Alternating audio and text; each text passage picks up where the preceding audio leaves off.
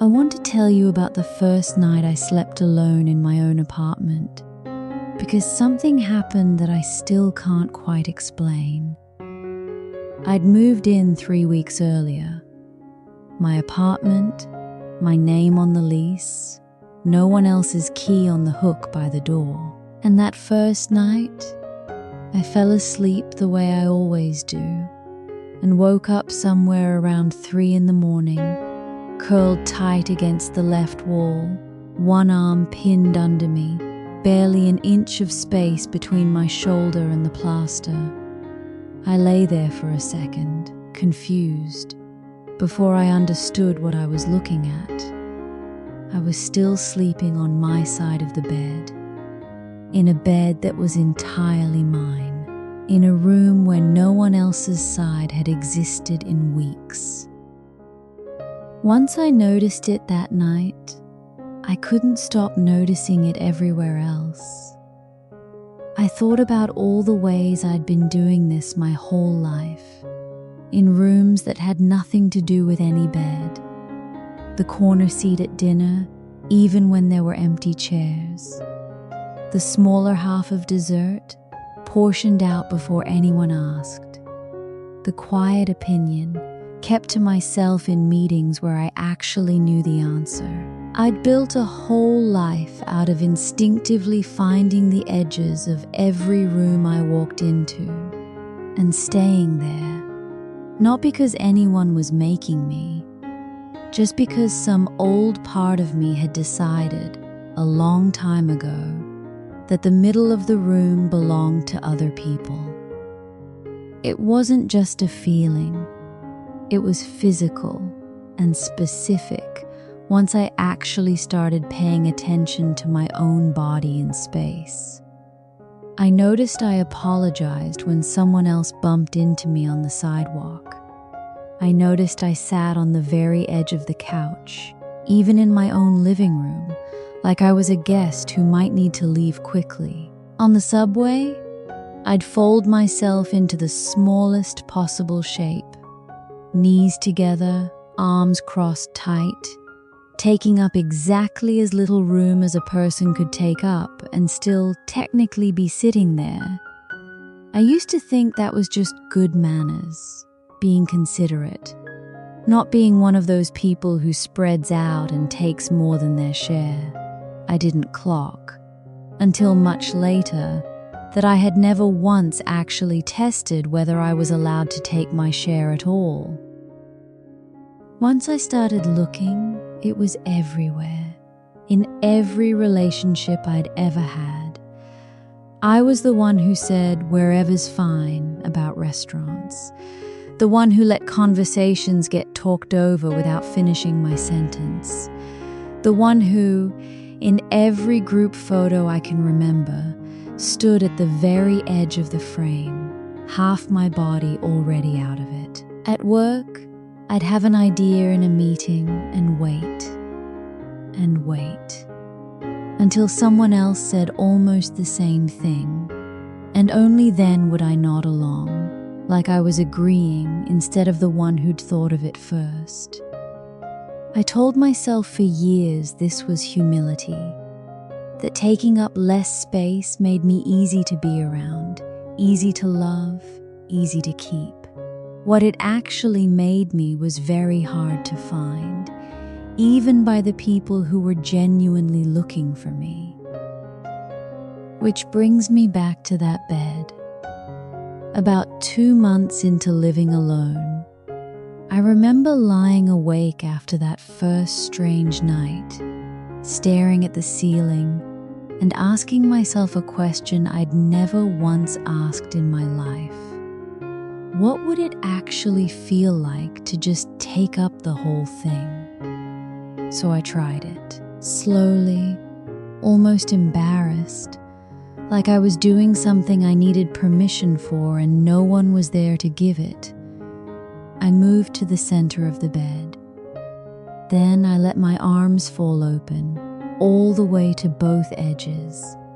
Then my legs, stretched out diagonally, corner to corner, until I was taking up every inch of space that existed in that room. Nothing happened. No alarm went off. No one came to tell me I'd taken too much.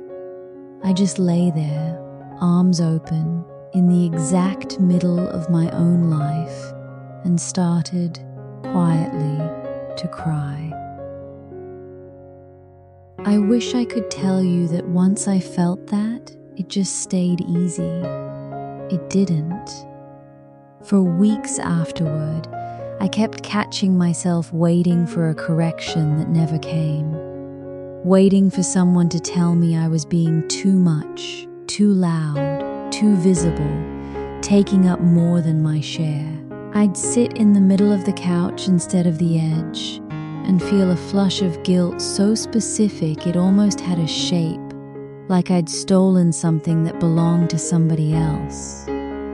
I told a friend about this, expecting her to think I was being dramatic about furniture. Instead, she just said, quietly, "Whose space did you think you were protecting all this time?" I didn't have an answer.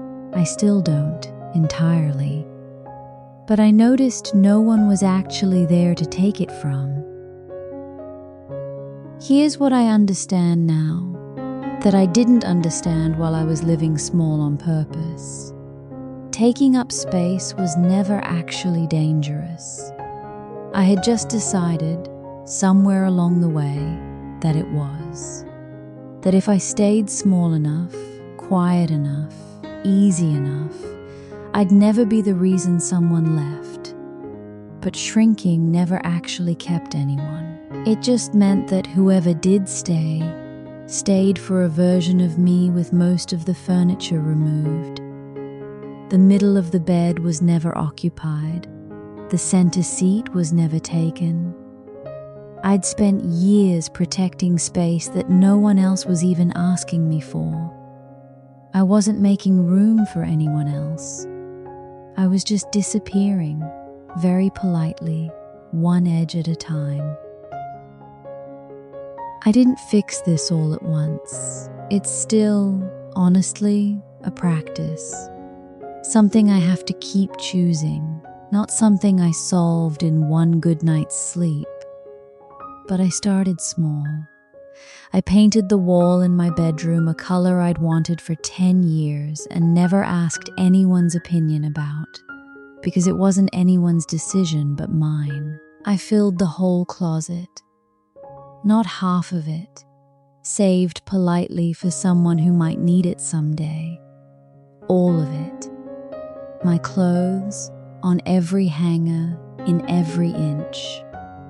At work, the next time I had an idea in a meeting, I said it first, before anyone else could say it for me, and made myself sit with how loud my own voice sounded in a room.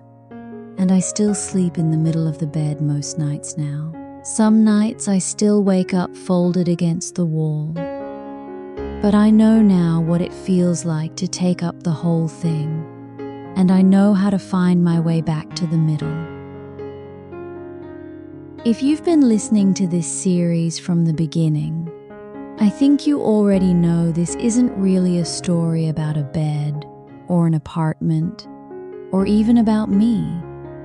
It's about every version of a person who learned, at some point, that the safest amount of room to take up was as little as possible, and who is only now finding out that was never actually true. I don't know what your version of the edge of the bed is. Maybe it's a relationship. Maybe it's a job, a friendship, a whole life lived a half step smaller than it needed to be. Wherever it is, I hope you find your way, slowly, back to the middle of it. Arms open, taking up exactly as much space as you were always allowed to take. This has been What Remains. 10 stories about the things we carry and lose and finally learn to put down, if any of them found you at the right time. Thank you for staying with them. There's more waiting for you on gentle rivers.